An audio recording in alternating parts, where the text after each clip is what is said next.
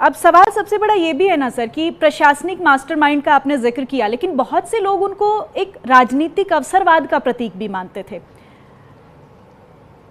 राजनीति में मुझे लगता है कि अवसर जो है वो हर पार्टी तलाशती रहती है। कोई भी शुचिता की राजनीति यहाँ नहीं करता है, सत्ता की राजनीति होती है। जी। कहने के लिए आप कहें कि हम तो उसूल पर चलने वाले दल हैं या नेता हैं, लेकिन किसी भी को देख लीजिएगा तो उसूल कितना है और सत्ता के लिए लोगों से हाथ मिला लेने की गरज कितनी है या उसकी बेचैनी बेताबी कितनी है, यह भी आपको साफ दिख जाएगा। अभी क्या था कि हाल में जब शरद पवार का 85th बर्थडे यानी 50वां बर्थडे मनाया गया था, जी।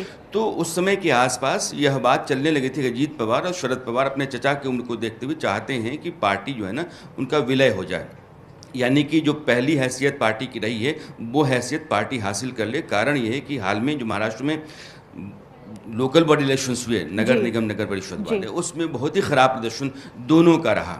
वो एनसीपी शरद पवार गुट हो या एनसीपी अजीत पवार गुट हो, दोनों जो है वो धराशायी हो गई। और ख़ास करके उन इलाकों में भी जहां इनका वर्चस्व रहा करता है, मैंने पश्चिमी महाराष्ट्र, बारामती के आसपास का इलाका भी। तो अब यह मतलब ज़रूरत आन पड़ी थी कि जिस तरीके से हम अलग हुए हैं उससे कमज़ोरी आई है और दोनों के वजूद पर संकट खड़ा हो रहा है, इसलिए हम यह मर्जर कर लें।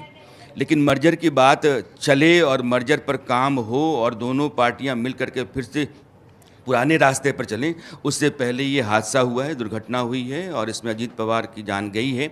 एक बड़ा नुकसान महाराष्ट्र की राजनीति के लिए है और एनसीपी के लिए भी है, क्योंकि एनसीपी का फ्यूचर आगे क्या होगा, यह एक बड़ा सा प्रश्न